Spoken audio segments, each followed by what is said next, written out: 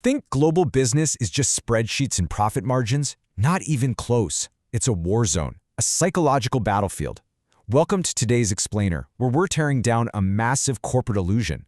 We're looking at what actually happens when two mega economies get locked in the same room. Tens of millions of dollars are on the line. Reputations are completely at stake. But the biggest threat, it's not the competition. It's the person sitting right across the boardroom table. Germans and Japanese. What immediately comes to mind? Precision, engineering, extreme rigor. Two cultures obsessed with absolute rules. Common sense tells you they should work together perfectly, right? You put them in a joint venture and you expect a well-oiled machine. Well, common sense is wrong.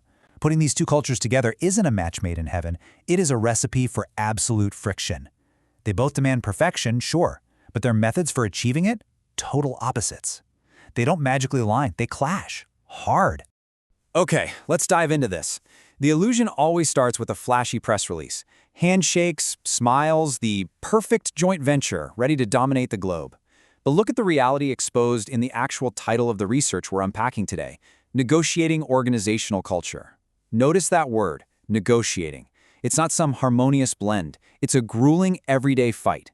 They aren't arguing about product design. They're arguing about how everyday work actually gets done.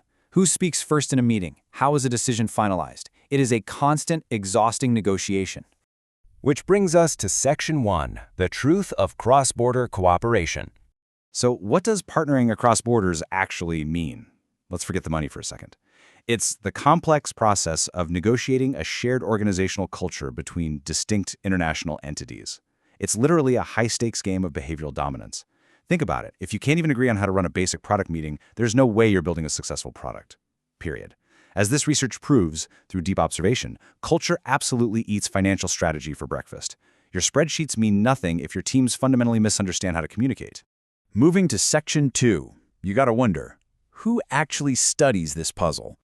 Here are the stats for today's Explainer, like a tale of the tape for a heavyweight fight.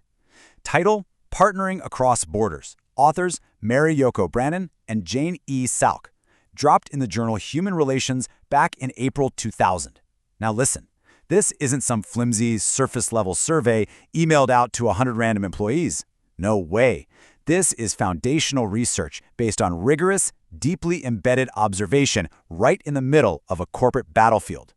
These researchers spent intense hours shadowing executives and watching the daily friction unfold in real time. They literally turned qualitative human frustration into hard, undeniable data.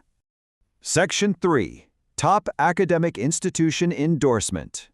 And this brilliantly illustrates just how serious this is. We're talking backing from Sage Publications and the Tavistock Institute. These are absolute titans in the field of organizational dynamics. They do not publish unverified, fluffy opinions. They publish repeatable, rigorous analysis. When institutions like this stamp a document, you pay attention. It proves the corporate clash is real, it's measurable, and it elevates it from a simple workplace complaint into a recognized structural phenomenon in international business. Look at that number, 53.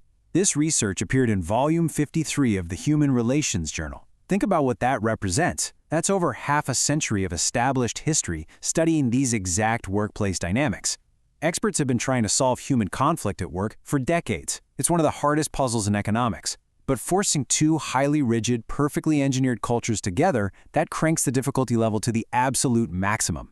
This volume stands as a testament to just how deeply ingrained our cultural working habits truly are. So, the crucial point is this brutal three-step logic. Step 1, form the joint venture. The ink dries on the contract. Step 2, culture clash. The honeymoon ends immediately. You've got the German need for direct, open confrontation, slamming right into the Japanese need for consensus and public harmony like a brick wall. It's a fundamental operational mismatch. Germans demand immediate debate, Japanese managers require offline alignment. Which leads to Step 3, negotiate survival. You don't magically synergize. You negotiate every single daily protocol just to survive the partnership.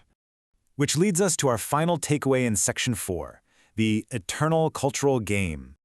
So I leave you with this. When cultures collide, who really compromises?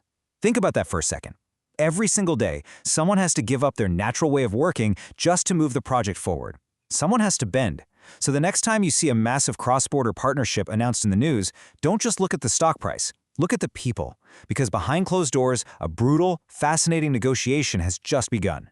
Keep questioning what you see.